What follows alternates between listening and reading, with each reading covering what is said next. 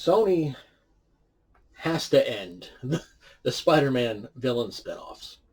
They really do. And I really hope the reports that have been coming out over the last week are true and that they are ending, because Kraven the Hunter is just further proof that they should stop. When you have the director, J.C. Shandor, if I'm saying his last name right, literally being quoted as saying, "Give our movie a chance," you know it's going to be bad. How bad is it? It's not as bad as Madam Web, but it's on par with Morbius. And I know Morbius got a following after the fact, and everyone freaked out about it. It's like, oh, this is actually amazing, but Morbius really is not that good. I'm sorry, it's not. Kraven is on par with Morbius. Aaron Taylor Johnson is Sergei Kravinoff, aka Kraven the Hunter. And I don't know too much about the character from the comics, because anybody who, is a regular viewer knows I'm more of a DC guy when it comes to the comics.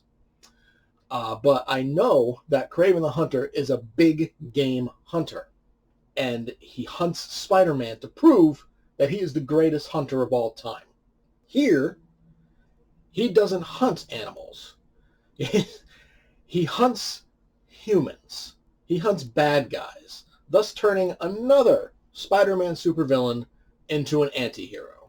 And how he got his powers, I don't know if it's the same in the comics, but in the movie, he's attacked by a lion as a kid, and on the verge of death, a drop of the lion's blood drips into a wound.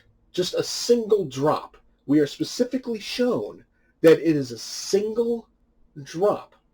And then Calypso, as a kid, shows up out of nowhere and gives him some magic potion that her grandmother gave her. And now he has his powers. And I don't know if that's comic accurate, but in movie form, it translates to just such ridiculousness, even for a comic book movie. And speaking of Calypso, Ariana DeBose plays her, and she's really just there. She serves no real purpose in the movie other than the beginning as a kid who gives him the little potion, and then she shows up later as a lawyer, and it's like, oh, okay. It's just, she serves no purpose, and that's such a disappointment, because Ariana DeBose is a great actress. And so is Aaron Taylor Johnson, and I feel like he does well enough with the shady material he's given, but there's just no saving it. The dialogue is just so dumb. It's cringy, and it's dumb. Fred Heckinger plays his brother Dimitri in the future Chameleon. But, well, let's be honest. There is going to be no future, so there is no future Chameleon. He's also just a plot device. He is there solely to get the main plot of the film rolling. Russell Crowe is their father, Nikolai, and honestly, he does a pretty decent job, but it's just, he comes across as just such a generic paint-by-numbers gangster. And then there's Alessandro Nivola, who plays the Rhino. He is our main villain. And, oh my god, at one point, he's leaning up against a counter and just goes, ah! And he does it for a solid 5 to 10 seconds or so. And the entire theater, well, maybe 15, 20 people, were laughing. This guy is supposed to be a serious villain in an R-rated movie, and people are laughing at him. That's not good.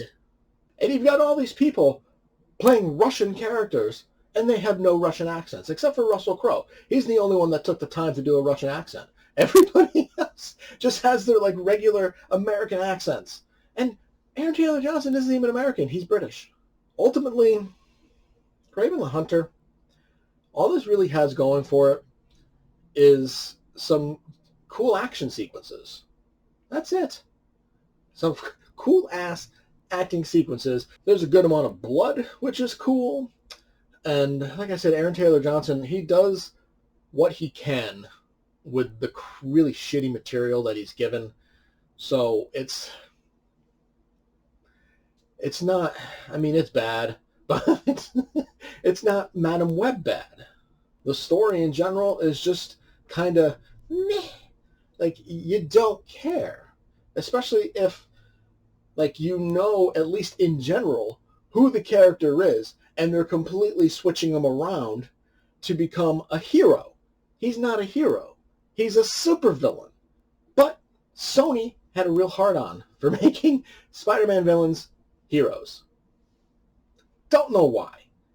And it failed. It failed. It failed spectacularly. So this has to be the end. It has to be the end. Sony, kill it. Do the Into the Spider-Verse movies. Just stop. Give the rights back to Marvel and Disney. Let them take care of it. Not that they've been, like, great recently, but they're at least doing a better job than you. So, because there are cool action sequences, and the cast does do what they can with the really shitty material, it's not an F, but it's a solid D. Did you enjoy the review? Make sure to hit that like button and subscribe to get notified when more reviews go live. Feel free to leave a comment to discuss your thoughts on the movie or show, and I will see you next time.